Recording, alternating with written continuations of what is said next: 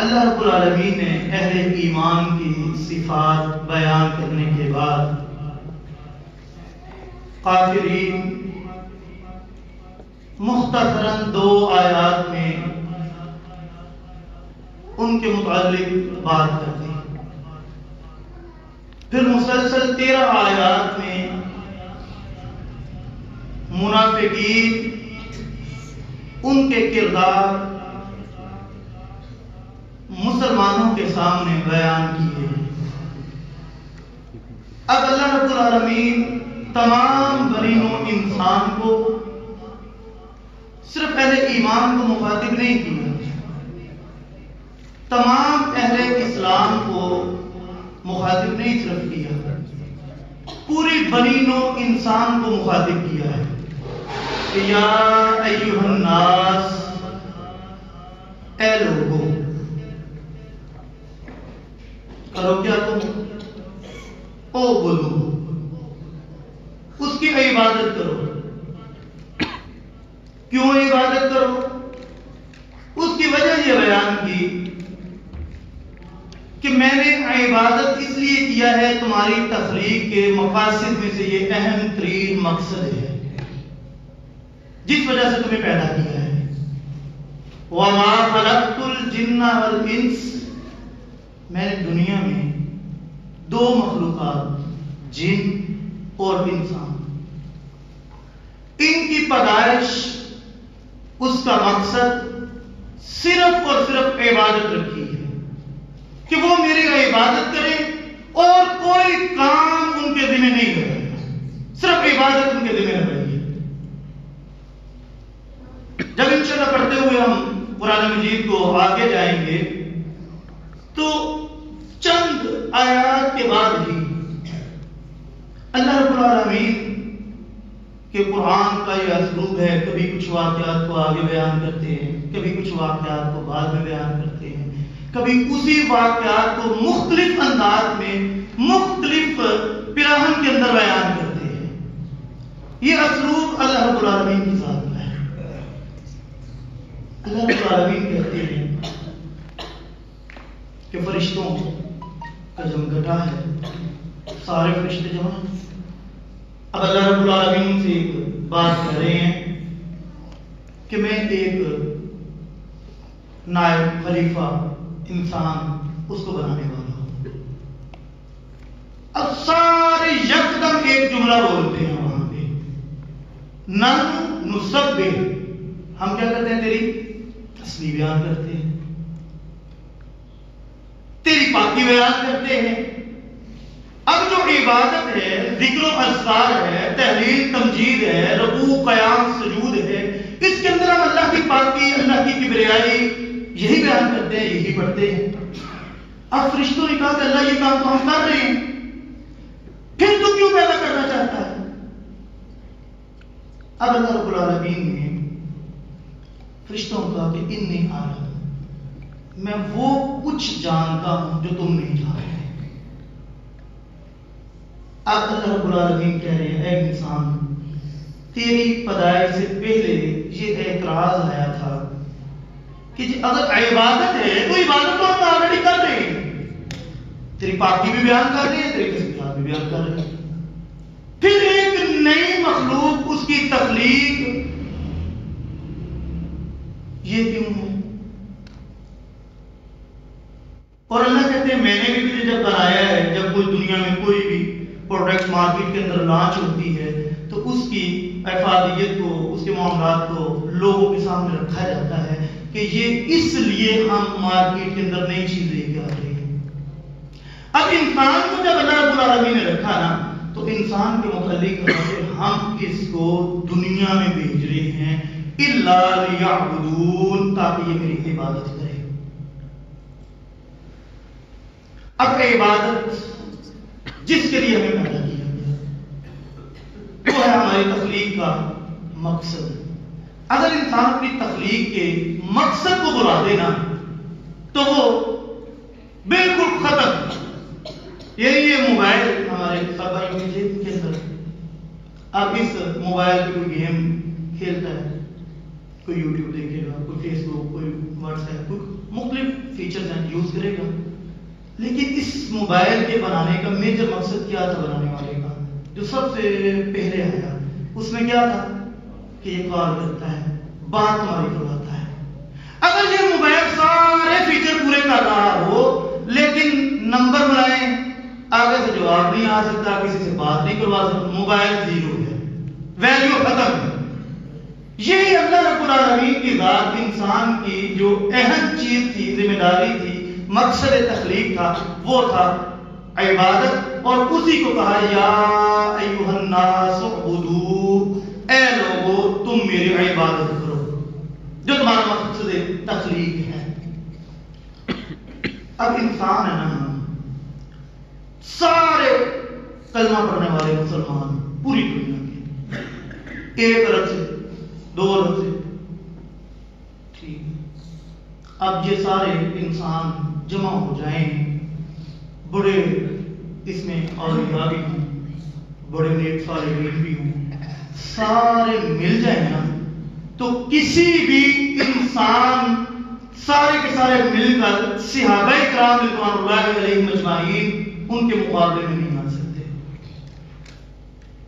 پھر ان صحابہ کرام رضوان اللہ علیہم اجمعین ان کو جمع کیا جائے تو وہ 1,24,000 قوم بیش جو حجۃ الوداع میں تھے ان کا مقابلہ نہیں ہے.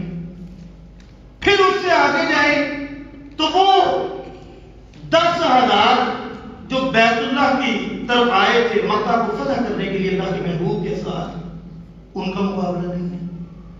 پھر اس سے پیچھے چلے جائیں تو وہ 1400 صحابہ کرام جنہوں نے صلح حدیبیہ کے اندر اللہ کے محبوب کے ہاتھ میں ہاتھ رکھ کے بیعت کی تھی، ان کا مقابلہ نہیں ہو سکتا. پھر اس سے پیچھے چلے جائیں تو پھر وہ 313 جو بدری صحابہ کرام تھے ان کا مقابلہ نہیں کر سکتے. پھر ان 313 سے بھی پیچھے جائیں تو وہ اشرا مبشرہ آ جاتے ہیں، ان کا مقابلہ نہیں ہو سکتا. اس سے پیچھے جائیں تو خلفائے راشدہ آ جاتے ہیں، ان کے مقابلے میں وہ کم ہو جاتا ہے. اب اللہ رب العالمین کی ذات جیسے یہ انسانوں میں کرتے کرتے ابو بکر صدیق رضی اللہ تعالیٰ عنہ وہ سب سے عظیم ہو گئے، پھر پوری دنیا کے صدیق مل بھی جائیں تو کسی ایک نبی کا مقابلہ نہیں کر سکتے.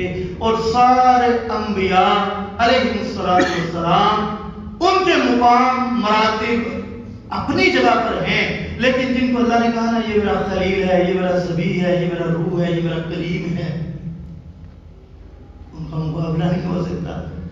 پھر ان کے اندر دیکھیں تو وہ لیلۃ المعراج کو جب سارے انبیاء جمع تھے تو امام الانبیاء جناب محمد رسول اللہ صلی اللہ علیہ وآلہ وسلم کی ذات گرامی کو آگے کر کے مصلی امامت پہ کھڑا کیا گیا نا، تو ان کا مقابلہ پورے انبیاء ساری انسانیت میں نہیں ہو سکتا. اس کا مطلب بشر تو موجود ہیں لیکن وہ بشروں کی جو معراج ہے نا اس لیول پہ ہیں. تو اسی انداز سے میرے بھائیوں صرف ہم نماز، قیام، رکوع، سجود یہ عبادت ہے، یہ سب عبادت نہیں ہے جس کے لیے کہا گیا یا ایھا الناس اعبدوا، اے لوگوں عبادت کرو. یہ عبادت کی معراج ہے، سب سے بلند مقام ہے کہ جب تذلل کے اندر آ کے نا انسان اپنی جسم ناک کو اونچا رکھنے کے لیے نا پوری زندگی محنت کر دیتا ہے. برادری میں، قوم میں، قبیلے میں میری ناک کیا ہے یہ اونچی رہے. اللہ کہتا ہے اب تو میرے سامنے آ گیا ہے نا، تو جب اللہ اکبر ہوا ہے نا تو تو نے سجدے کے اندر کیا ہے تو اسی ناک کو زمین کے اوپر رکھنا ہے، اس پیشانی کو زمین کے اوپر رکھنا ہے. کہ تیری کوئی بڑائی نہیں ہے، بڑائی اس اللہ کی ذات کی ہے، بڑا وہ ہے، اس کا مقام ہے. اب یہ وہ عبادت جو اللہ رب العالمین کے لیے وہ سب سے بڑی عبادت ہے، اس کا مقابلہ نہیں ہے. لیکن کلی عبادت اس کو سمجھ لیا جائے یہ میرے بھائیوں ہماری غلطی ہوگی. یا ایھا الناس اعبدوا، اے لوگوں عبادت کرو، نماز پڑھو مکمل. اس کے بعد پھر اس کے ساتھ اگلے کام آتے ہیں. کہ ہر وہ عمل جو اللہ رب العالمین کی رضا کے لیے انسان کرتا ہے اس کا مقصد اللہ کی رضا ہے، تو وہ عبادت کے زمرے کے اندر ہے۔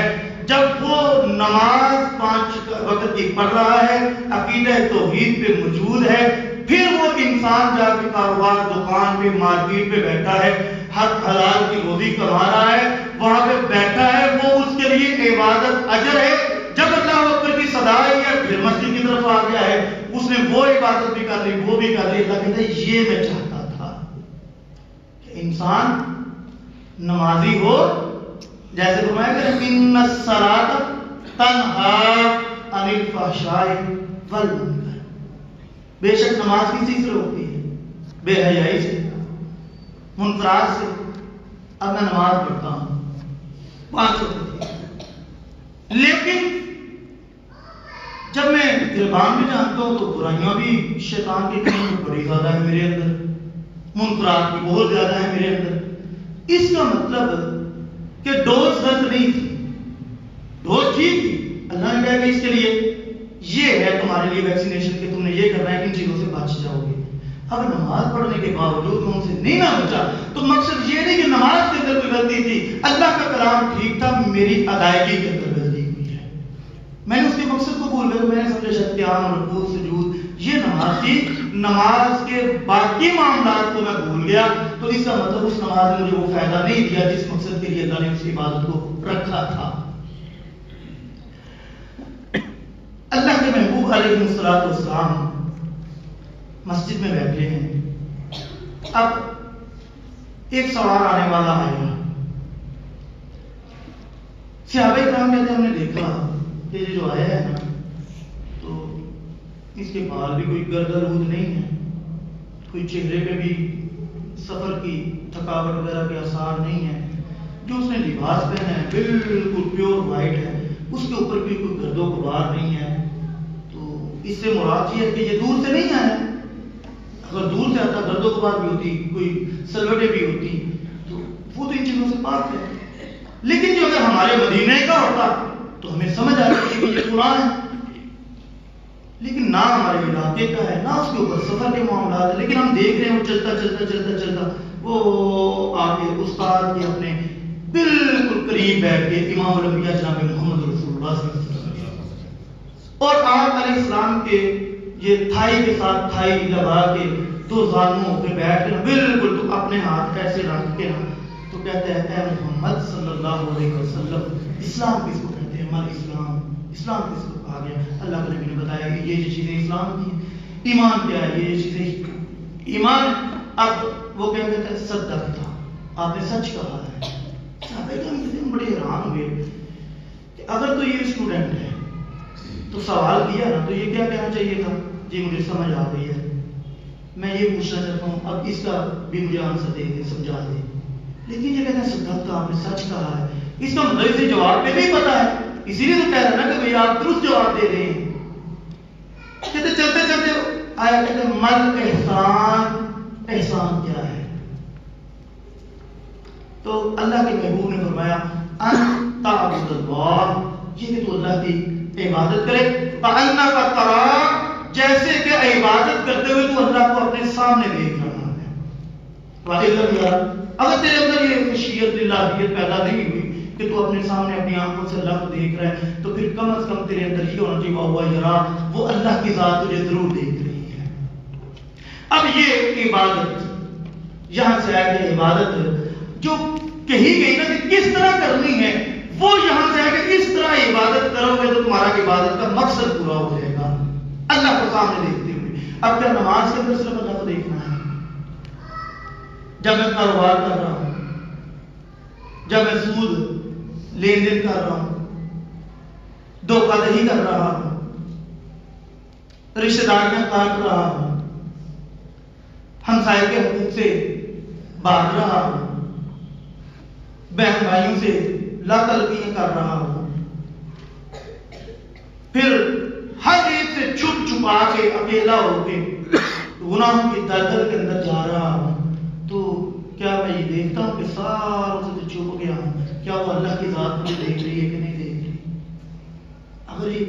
تیرے دل کے اندر آ گیا، دماغ کے اندر بیٹھ گیا ہے کہ کوئی دیکھے نہ دیکھے اللہ تو دیکھ رہا ہے. جب یہ بات ہو گئی نا تو سمجھ لے کہ تیری عبادت شروع ہو گئی ہے. اب جب بھی کوئی قدم اٹھاؤ گے، جب بھی کوئی کام کرو گے تو تمہارے ساتھ کیا ہوگا کہ بھئی اللہ مجھے دیکھ رہا ہے، میں نے یہ کام نہیں کرنا. برائی سے بچ جاؤ گے، ہر چیز سے رک جاؤ گے. سیدنا عبداللہ ابن عمر رضی اللہ تعالیٰ عنہ، وہ ایک گرمیوں کا موسم تھا، سفر سے آ رہے ہیں تو پہاڑیوں پہ دیکھا تو ایک بندہ وہ دور بکریوں کے پیچھے کبھی ادھر بھاگتا ہے کبھی ادھر بھاگتا ہے. انہوں نے اپنا کھانا کھولا. اس نے کہا بھائی بات مسلمان کا یہ تھوڑا امتیاز ہے کہ لوگوں کو کھانے کھلانا. افشوا السلام اطعموا الطعام، سلام عام کر دو، کھانے کھلاؤ. یہ مسلمانوں کا تھوڑا امتیاز ہے. عبداللہ ابن سلام مسلمان ہی اسی حدیث پر سن کے ہوئے تھے. کہتے ہیں یہ کوئی اور بندہ یہ دعوت دے نہیں سکتا نبی کے علاوہ. پہلا کلام اللہ کے نبی سے میں نے یہ کھانے کا سنا تھا، سلام عام کرنے کا سنا تھا، راتوں کو قیام کرنے کا سنا تھا. اب دعوت دی آلو کھانا کھا لو. وہ پاس آیا، کہتے بسم اللہ کرو. کہتا نہیں یار میں شام کو کھاؤں گا. وہ کہتے شام چلو شام میں کھا رہے. کہہ رہا وہی مطلب پابندی لا کے رات کو نہ کھانا. وہ بھائی رات کو بھی کھا لینا، ابھی بھی کھا لو ہمارے ساتھ. وہ کہتے نہیں وہ نا کھائیں. اب وہ کہتے ہیں کوئی مسئلہ تو یہ دس دے. وہ کہتے ہیں دراصل میں روزے سے. اب وہ کہتے ہیں روزے سے اتنی گرمی فرضی روزہ بھی رہ گیا تیرا؟ کہتے نہیں فرضی نہیں رہ گیا، نفلی روزہ ہے. وہ کہتے ہیں اتنی شدید گرمی ہے، پہاڑوں کی تپش، بکریوں کے پیچھے بھاگتا پھر رہا ہے، اتنے معاملے کے اندر اب بھی تو نے روزہ نفلی رکھا ہوا ہے. کہتا ہے یار یہ گرمی کو چھوڑو، اصل میں جہنم کی گرمی بڑی سخت ہے نا، تمہیں اس سے بچانے کے لیے شیلٹر کرنے کے لیے اللہ کے نبی نے فرمایا تھا کتنی دور ہو جاؤ گے، بس میں اس لیے روزہ. کہتے ہیں اچھا. کہتے ہیں بعض بندے ممکن ہے نا کہ کور آپ نے اوپر ڈالا ہوتا ہے تو کہ یہ کور شور والا چکر ہی نہ ہو. تو کہتے ہیں اچھا چلو ٹھیک ہے تم روزہ رکھا ہے ٹھیک ہے، تو یار ہم مسافر ہیں تو یہ بکریاں دے تو کتنے کی بکری دیتے ہو؟ کہتا ہے یہ مطلب مثال کے طور پر 500,000 کی بکری ہے. کہتا ہے اچھا 500,000 کی، چلو ٹھیک ہے. آپ اس طرح کریے نا مجھ سے 200 ایکسٹرا لے لے تو ایک بکری مجھے دے. کہتا ہے یہ بکریوں کا مالک میں نہیں. کہتا ہے چلو تم نہیں ہو تو کوئی بات نہیں، ہم خرید رہے ہیں، تم پیسے جیب میں ڈال، بکری ہم کو دے، ہم گوشت بنائیں گے، کچھ ہم بھی بات بھی کیوں کر لیں گے، تجھے کچھ پوچھ چاپ تمہیں بھی دے دیں گے، تو گھر بچوں کے لیے لے جانا. تو کہتا ہے کہ مالک، کہتے ہیں مالک کا کیا ہے، مالک ادھر تو نہیں ہے نا. اس کو کہنا بھیڑیا کھا گیا تھا. تو یہ تو عام روٹین ہے. مثالیں بھی اسی لیے اللہ کے نبی نے فرمایا نا جو جماعت سے سائڈ پہ ہو جاتا ہے بھیڑیا شکار کر لیتا ہے. تو فرمایا یہ تو عام مثال چلتی ہے، پتہ ہے سب کو بھیڑیا حملہ کر دیتا ہے تو بھولے گا وہ تجھے یہی کہے گا نا وہ یاد خیال کرنا تھی کتنے رہ گئے ہیں بھیڑیا رہ گئے. بس اتنی بات ہو گئی تو تیری جیب میں پیسے بھی چل جائیں گے، گوشت بھی چل جائے گا. اللہ اللہ نے خیر سنا. وہ کہتا ہے بات ہمارا مشورہ بڑا زبردست ہے، لیکن نا ایک بات ہے کہ مالک تو یہاں نہیں ہے، لیکن عین اللہ وہ اللہ کہاں ہے جو مالک دیکھے نہ دیکھے اس اللہ سے تو نہیں نا میں بچ سکتا. وہ تو میں تیرے اندر یہ بات ہونی چاہیے کہ تجھے یہ ڈالتا ہو کہ کیمرے کی آنکھ دیکھ رہی ہے، بلکہ تجھے وہ اللہ کی آنکھ دیکھ رہی ہے. تو پھر تو گناہ بھی چھوڑے گا، غلطیاں بھی چھوڑے گا. پھر اس ہر طرح لمحہ جو ہے نا وہ عبادت کے اندر ہوگا. جیسے جب عشاء کی نماز پڑھ لی ہے نا الحمدللہ، اب جا کے آرام سے سو جائے تو رات تہجد کے لیے اٹھ جائے تو بڑی اچھی بات ہے. اگر نہیں اٹھے فرمایا کہ فجر کی نماز جب پڑھنے کے لیے آیا نا جماعت کے ساتھ تو تو سویا رہا تو اللہ کہتا ہے اس کو سویا ہوا نہ لکھنا، لکھ دینا اس نے عبادت کی ہے اور جو راحت ہے نا اس کی وہ اس کو نفع ہے اس کے لیے، یعنی میری طرف سے گفٹ ہے. آرام بھی کر لیا، نماز فجر کی اور عشاء کی جماعت سے پڑھ لی، درمیانی جتنا ڈیوریشن تھا نا اس کو اجر کے ساتھ لکھ دے. کیوں کہ یہ اس کی عبادت ہوئی ہے. مجھ سے ڈر کے یہ مسجد میں پہنچا تھا، کسی کے دکھلاوے کے لیے نہیں پہنچا تھا.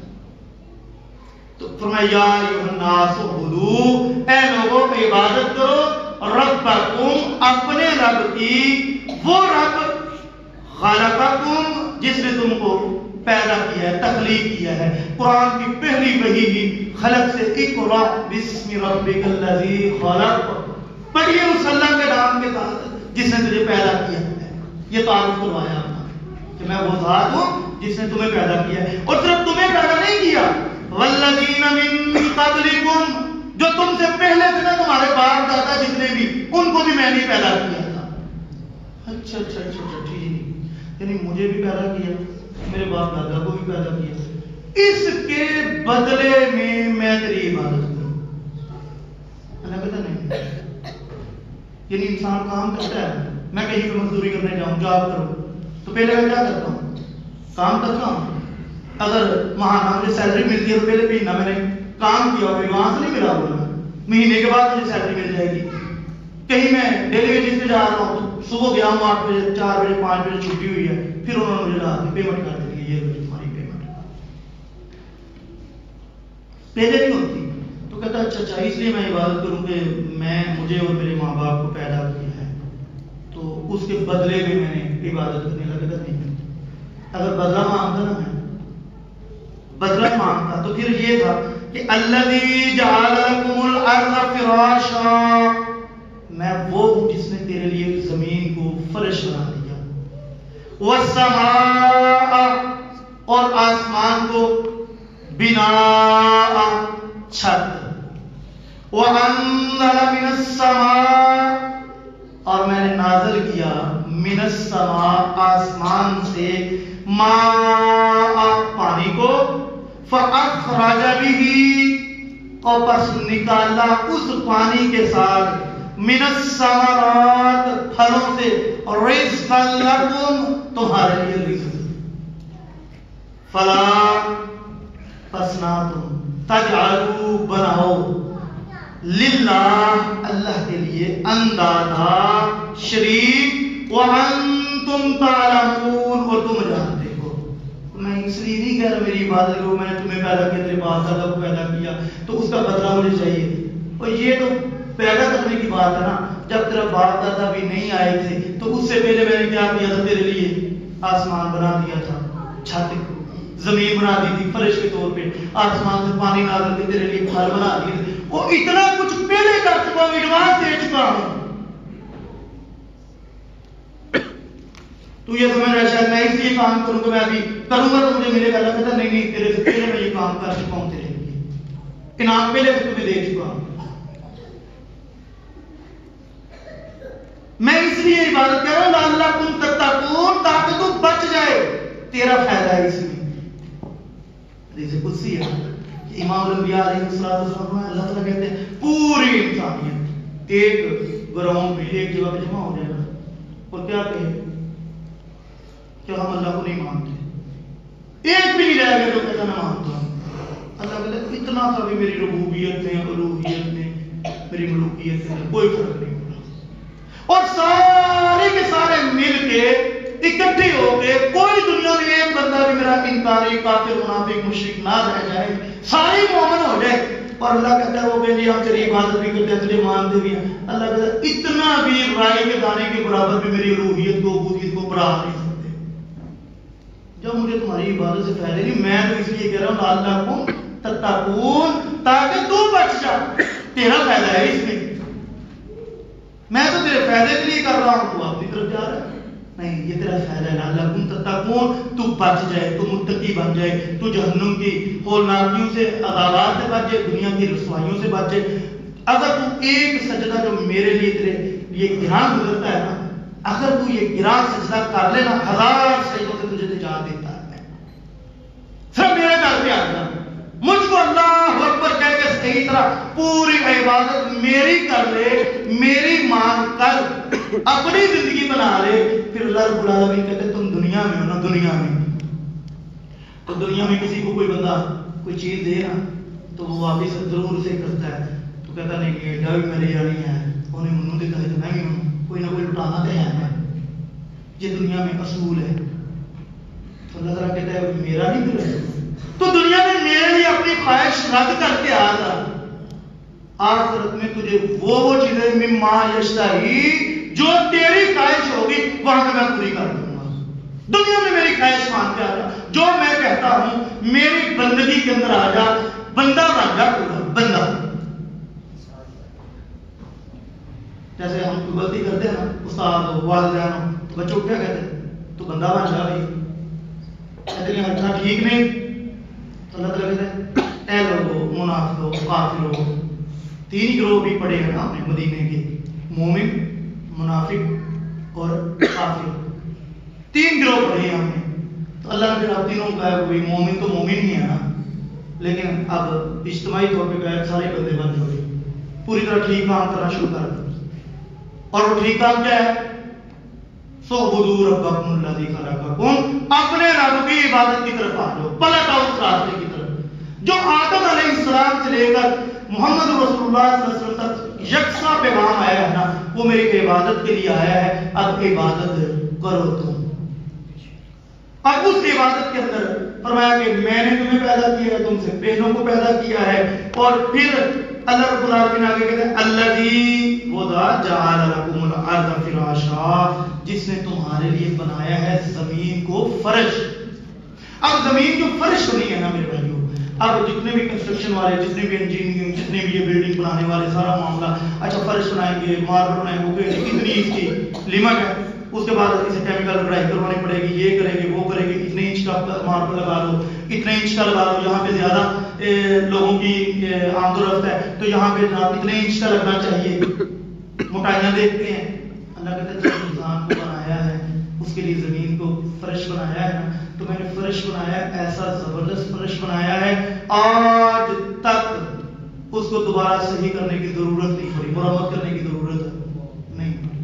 کتنا زبردست فرش میں نے تمہارے لیے بنا دیا ہے کہ تم اس پہ پانی گراتے ہو، جذب کر دیتی ہے. بندہ فوت ہوتا ہے، اس میں دفن کر دیتے ہو باعزت انداز کے اندر، وہ زمین اس کو سمیٹ لیتی ہے. ہم نے زمین کو سونپنے والا بھی بنایا ہے، اللہ تعالیٰ نے کہا سمیٹنے والا بھی بنایا ہے. اس میں مردے کو سمیٹنے، اگر زمین اسے اپنے اندر نہ رکھتی تو دیکھتے دنیا میں حال کیا ہوتا. اپنے جن کے پیاروں پہ ہم رو رہے ہوتے نا، تو ان سے دور بھاگ رہے ہوتے ان کی اسمیل سے. اللہ نے زمین کو اس لیے بنایا، فرش اتنی زبردست، اس کے اندر تم دفن کرتے ہو باعزت انداز سے معاملہ اللہ کی طرف، اس پہ چلتے ہو. یہ نہیں ہے کہ مارکیٹ پہ ننگے پاؤں کتنی ادھر چل سکتے ہو، کہوں گے یار چڑیاں پہ رہی ہیں، درد ہونا پہ زمین پہ جتنا مرضی ننگا پھر کے دیکھ لیں، پریکٹیکل کر کے دیکھ لیں، پاؤں نہیں درد ہوں گے. اس میں تم کریدنے کے لیے میں چاہوں نا، ایک چھوٹی سی نیڈل سوئی لوں نا، تو زمین کو کریدنا شروع کر دوں تو زمین کھرچنا شروع ہو جائے گی، اس سے بھی کریدی جائے گی، نرم اتنی بنا دی. اور اگر میں اوپر یہ ورلڈ ٹریڈ سینٹر، یہ جناب برج خلیفہ فلاں فلاں بنانا شروع کر دوں تو اس کو لے کے ڈولتی بھی نہیں ہے، اس کا وزن بھی برداشت کر لیتی ہے. نرم مضبوط اتنی کہ اتنی سی بلڈنگ کو، بوجھ کو، لوڈ کو اٹھا لیتی ہے، اور نرم اتنی کہ آپ چھوٹا سا بچہ بھی اس کو کریدنا شروع کریدی جاتی ہے. اس کے اندر اتنا کچھ رکھ دیا. پھر اس زمین کے اندر تم بوجھ ایک دانہ لفظ ڈالتے ہو نا، تو میں اس کو نکال کے بالی سب آسن والا سال بالی میں لٹا دیتا ہوں. ہر بالی کے اندر میاں ابا سو دانہ ہو جاتا ہے. ایک تم نے دیا ہے، 700 میں نے لٹا دیا، یہ دنیا بھی تیرے طرف اس زمین سے. آسمان اتنا زبردست بنا دیا کہ آج تک جتنی مرضی مضبوط کوئی جہاز بنا لے کہ یہ اللہ بھی نہیں ڈوبتا، وہ ڈوب جاتا ہے. اس کو دیکھنے کے لیے جانے والے بھی ڈوب جاتے ہیں کہیں. اب ختم ہو گئے دعوے. بلڈنگ بنا رہی بڑی مضبوط ہے، اس کو فلاں پلاسٹر نہیں ہوگا، ایک جھٹکا لگتا ہے زلزلے کا، ہر شاید زمین بوس ہو جاتی ہے.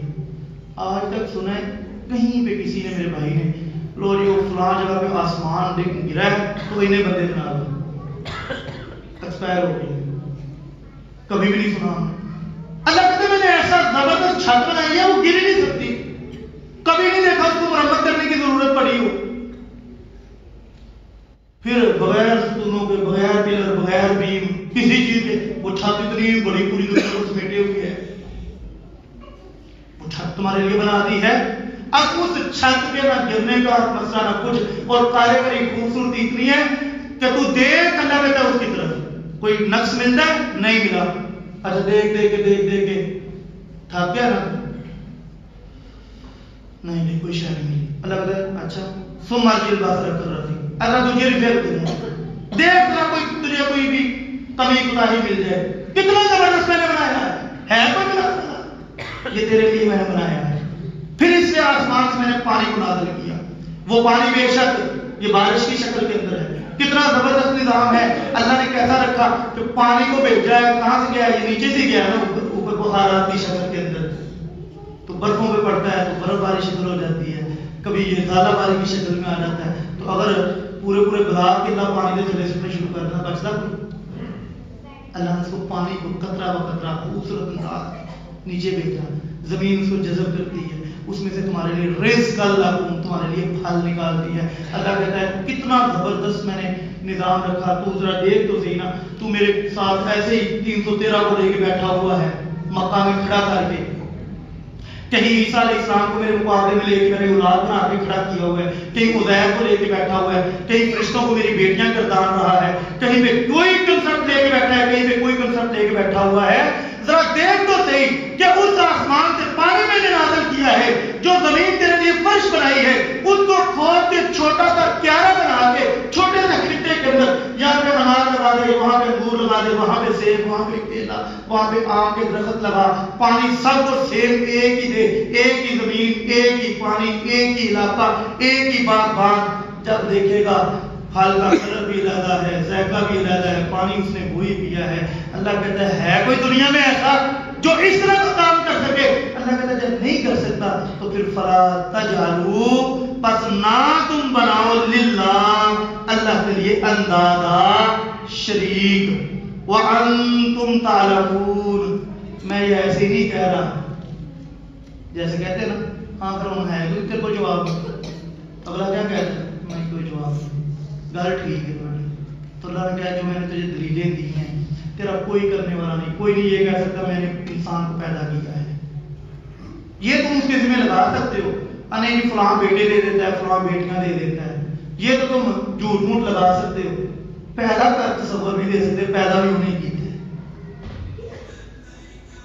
میں نے تیرے لیے تجھے پیدا کیا. تیرے سے پہلوں کو اگر تو کہہ بھی دے وہ نہیں میں پیدا کیا ہے تو پھر کہہ کہ جب تو نہیں تھا تیرے باپ کو کس نے پیدا کیا تھا؟ خاموش ہو جائے. نہیں جواب دے سکے گا.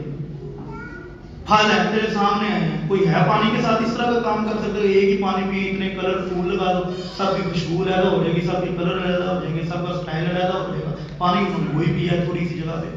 پریکٹیکل کر کے دیکھ لے. اللہ کہتا ہے میں نے کوئی ہوا میں تو بات نہیں چھوڑی. پریکٹیکل کر کے دیکھ لے. تھیوری پیش کی ہے تو پریکٹیکل کر لے.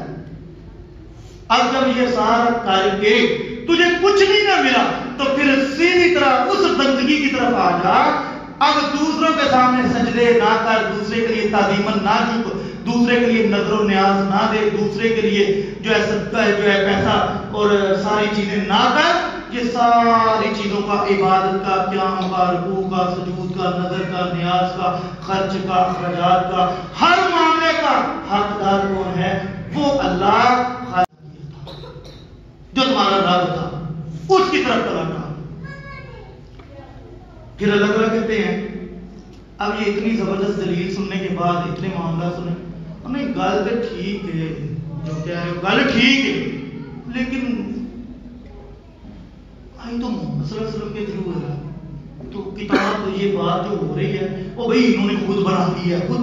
اللہ کہتا ہے اچھا چلو یہ بھی بات تمہارے نکال دیتے ہیں. جو تمہارے دماغ کے اندر ایک چھوٹی سی بات آ گئی ہے نا اس کو بھی نکال دیتے ہیں.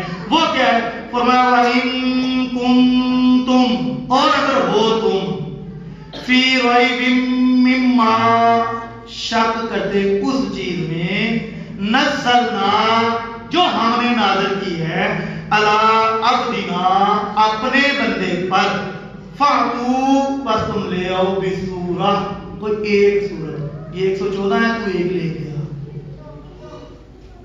من مثلی اس کی مثل وَدْعُوا اور بلاؤ تم شہداءکم اپنے مددگاروں کو من دون اللہ اللہ کے علاوہ ان کنتم صادقین اگر تم سچے ہو. اب اللہ نے چیلنج دے دیا میں نے تمہیں بات سمجھا دی ہے نہیں نہ سمجھ آتی تو پھر دلیل کے طور پہ چیلنج قبول کرو لے جاؤ ایک سورت. اس کی میں نہیں کہتا کہ 110 آیات ہو 286 آیات ہو. میں نہیں کہتا کہ جناب 50-100 وہ 3 مہتابی صورت کو آنے وہ صورت مثل ہی اس کی مثل اس کا مقابلہ کر سکے. اور ریب تم شک کرتے ہو تو شروع میں ہم نے کیا پڑھا تھا؟ ذالک الکتاب لا ریب فیہ، اس میں شک نہیں ہے. لیکن شک کرنے والوں شک کی نا تو اللہ کہتا ہے چلو ٹھیک ہے کوئی بات نہیں، میری بات غلط نہیں ہے کہ میں نے کہا ذالک الکتاب کو پڑھنے لگا نا تو شک نہیں ہے اس میں. لیکن انسان سوچ سکتا ہے شیطان اس کے ذہن میں فلاں نے تو شک کیا ہے اس میں تو شک تو ہو گئی نا. تو اللہ کہتا ہے اس کا بات کا مسئلہ جواب یہ ہے اگر تجھے شک لگتا ہے نا تو پھر ریب شک میں ہونا جو اللہ کے نبی پر اپنے بندے پر جس بندگی کی طرف بلایا ہے اب دینا اپنے بندے پر میں نے نازل کی ہے تو فاتو بسورہ، پھر شک کے بدلے میں دلیل کے طور پر ایک سورت لے آ. معاملے کی کتاب میں شک ہے کوئی دلیل تو دو نا شک کی، ایسے تو شک نہ کرتے پھر. چیلنج دے دیا، اگر چیلنج قبول کرتے ہو تو تم سچے، اگر چیلنج قبول نہیں کرتے تو مان لو جہاں تم جھوٹے ہو وہاں جو تمہارے معبودان باطلا بھی جھوٹے ہیں. پھر سچا کون ہے؟ وہ اللہ کی ذات ہے جس نے اس کتاب کو نازل کیا ہے، تمہیں پیدا کیا ہے، تمہارے باپ دادا کو پیدا کیا ہے، تمہارے لیے زمین کو بچھایا ہے، آسمان کو بنایا ہے، پانی کو نازل کیا ہے، اس سے پھل کی شکل میں تجھ کو دیے ہیں. سچا وہ ہے جب اس کو سچا مان لو، پیغمبر کی اطاعت کرتے ہوئے جو عبادت کا طریقہ محمد رسول اللہ صلی اللہ علیہ وآلہ وسلم سکھائے اس عبادت کے طریقے کے ساتھ یا ایھا الناس اعبدوا عبادت کرو تو تمہاری کیا ہو جائے گی؟ لعلکم تتقون، بچت ہو جائے گی، اللہ تم سے خوش ہو جائے گا. تو آج کے یہ سبق میں یہ 3 آیات ہم نے پڑھی ہیں. یا ایھا الناس اعبدوا، اے لوگو عبادت کرو، ربکم الذی، اپنے رب کی وہ ذات، خلقکم جس نے تم کو پیدا کیا ہے، والذین من قبلکم اور ان لوگوں کو جو تم سے پہلے ہیں، لعلکم تتقون تاکہ تم بچ جاؤ.